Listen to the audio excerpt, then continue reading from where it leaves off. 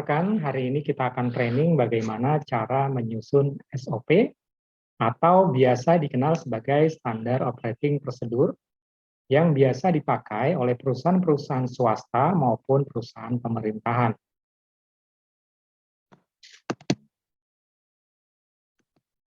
Sasaran training kita pada siang hari ini adalah, setelah mengikuti sesi ini, peserta diharapkan mampu: 1. Mengenal definisi dan ketentuan umum pembuatan Standar Operating Procedure atau SOP. 2. Mengetahui langkah umum penyusunan SOP. 3. Mengetahui cara pembuatan SOP yang benar. Definisi: Standar Operating Procedure atau prosedur kerja adalah dokumen yang memuat urutan kegiatan yang dibakukan dan harus dipatuhi dalam melaksanakan suatu proses kerja yang melibatkan beberapa fungsi dalam suatu organisasi untuk mencapai tujuan dari kegiatan tersebut.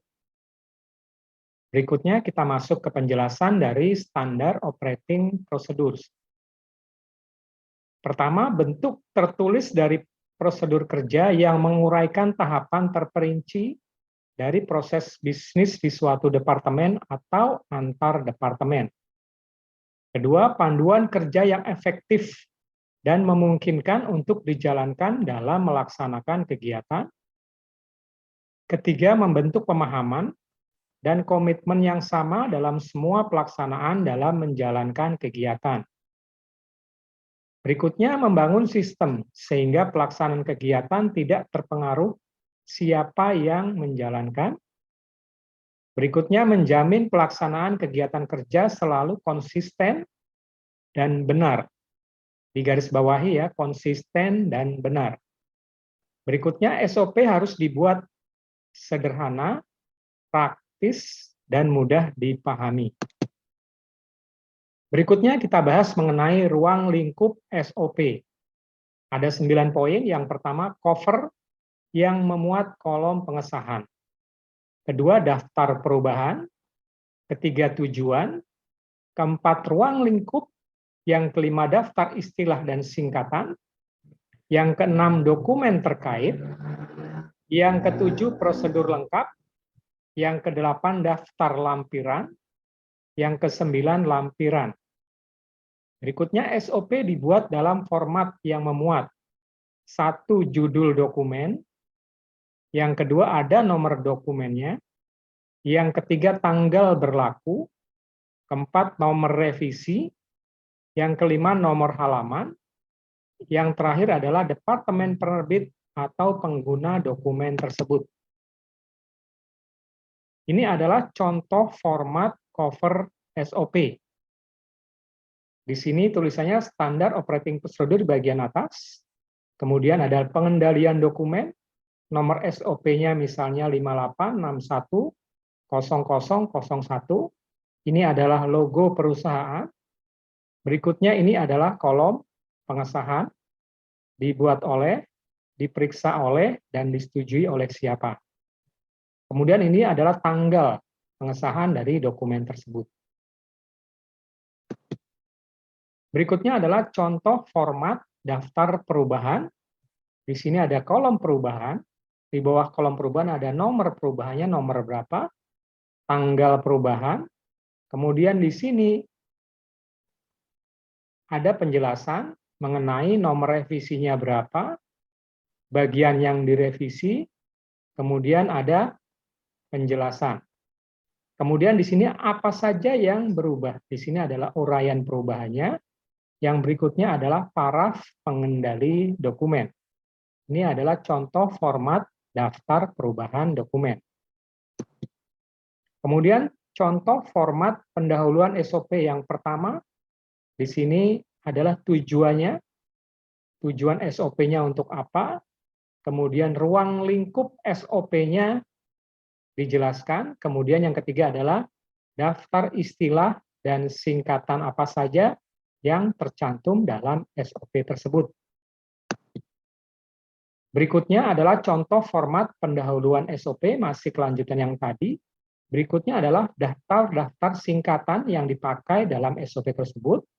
Kemudian dokumen-dokumen yang terkait dalam pembuatan SOP, berikut dokumen apa saja, kemudian nomor dokumennya nomor berapa, dan judul dokumen yang terkait judulnya dokumennya apa.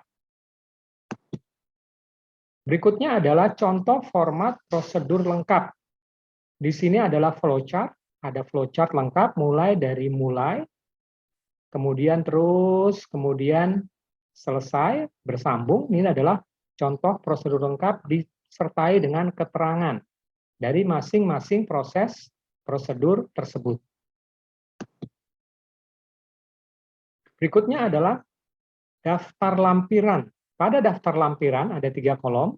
Yang pertama, nomornya, lampirannya apa saja, nomornya nomor berapa, nomor lampiran, kemudian keterangan dari lampiran, misalnya form dokumen internal master list. Ini adalah daftar-daftar dari lampiran. Berikutnya kita masuk ke cover SOP penjelasannya. Nomor 1 adalah jenis dokumen, yaitu standar operating procedure. Kedua, judul dokumen, pengendalian dokumen. Kemudian nomor dokumennya, misalnya SOP 5600001, kemudian logo perusahaan ditempatkan di sini, dan ini adalah kolom pengesahan. Ya, dibuat oleh, diperiksa oleh, dan disetujui oleh siapa. Ini adalah contoh dari cover SOP. Nah, kita akan masuk ke penjelasan dari cover SOP. Jenis dokumen yang tadi adalah standar operating procedure. Judul dokumen harus dapat menggambarkan dengan tepat kegiatan yang diatur dalam prosedur, tidak ganda dan tidak mirip. Kemudian nomor dokumennya dibuat sesuai dengan sistem penomoran yang berlaku dan dibakukan untuk kebutuhan pengendalian dokumen. Logo perusahaan menggambarkan logo dari organisasi atau perusahaan tersebut yang mengeluarkan dokumen sebagai identitas dokumen. Berikutnya adalah kolom pengesahan. Memuat lengkap, 1, tanggal pengesahan, kedua, kolom originator, ketiga, kolom pemeriksa, keempat adalah kolom pengesahan. Ditandatangani lengkap dengan mencantumkan job position atau jabatan. Kemudian nama penandatangannya dan tanggal penandatangannya tanggal berapa. Ya, itu adalah kelengkapan dari cover SOP.